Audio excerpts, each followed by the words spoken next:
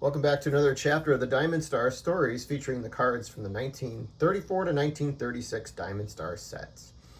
Now today, based on what you see in the background there, we are not doing a video on Lou Gehrig, who's not featured in the set, but we are doing a picture based on Sam Byrd, who actually is featured in the 1933 Gowdy set here, pictured with the New York Yankees. So he does feature once in the Diamond Star set, once after he was traded from the New York Yankees to the Cincinnati Reds. And let's get a chance to look at that card now.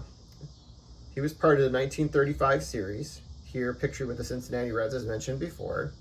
You can tell by the Cincinnati red pinstripes. Him finishing a swing there is what he's featured on the picture, as well as a detailed back, this one being in blue ink.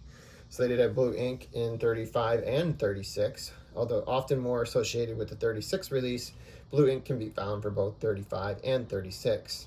So let's talk a little bit about Sam Byrd, and I can show you the card a little bit more in detail here in just a second.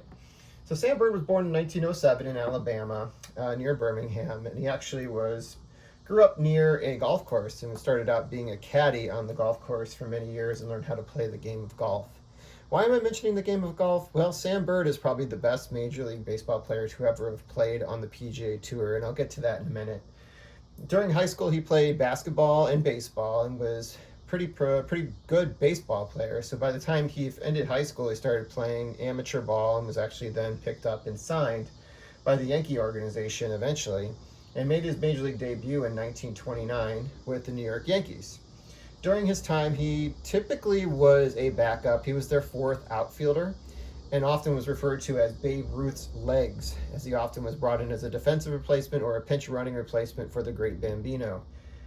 He did an opportunity to be able to play a little bit more regularly in the 1932 season when an injury befell one of their starting outfielders, so he was able to play a little bit more, but by the time they ran around to the World Series, that outfielder was back, and he was able to make a brief appearance in the 1932 World Series and be part of that championship team.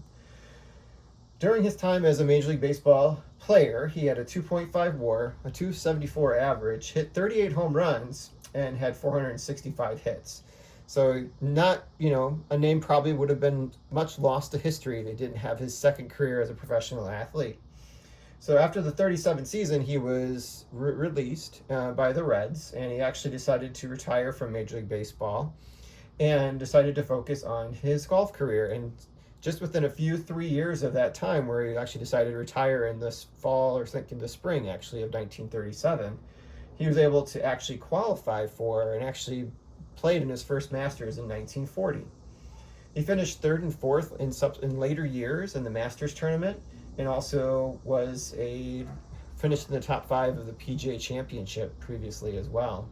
Sam Byrd went on to continue to play professional golf for many years and actually was able to win 6 events, no majors, and played on the senior tour after it was debuted later on, many decades later, and won his last tournament in 1967.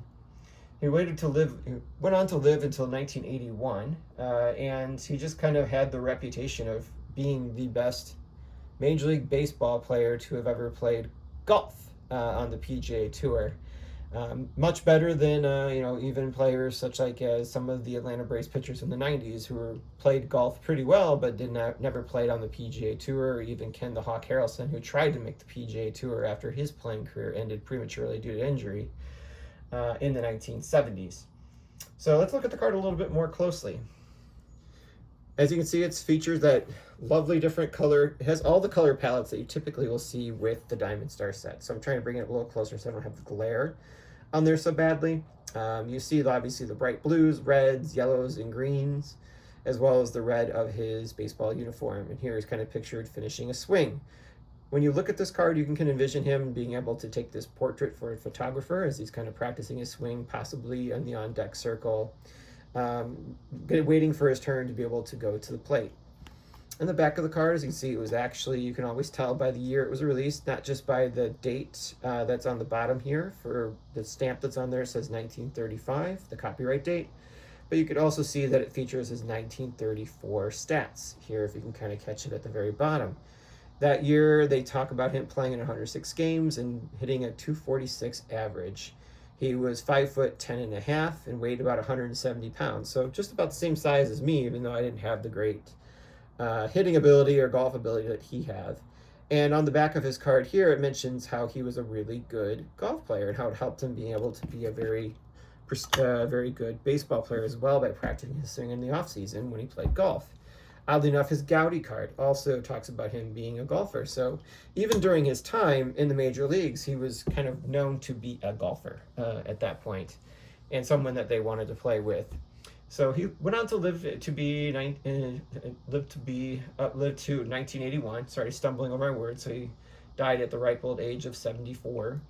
And he later ended up residing in Arizona, where he wanted to go live with his daughter at that time. He's in the Alabama Sports Hall of Fame. And yeah, and that is the featured car of Sam Byrd. I hope you guys enjoyed this chapter of the Diamond Star stories. I'll be back again another month with another card, and hopefully I'll be able to start acquiring a few more for the collection very soon. And have a great one, guys.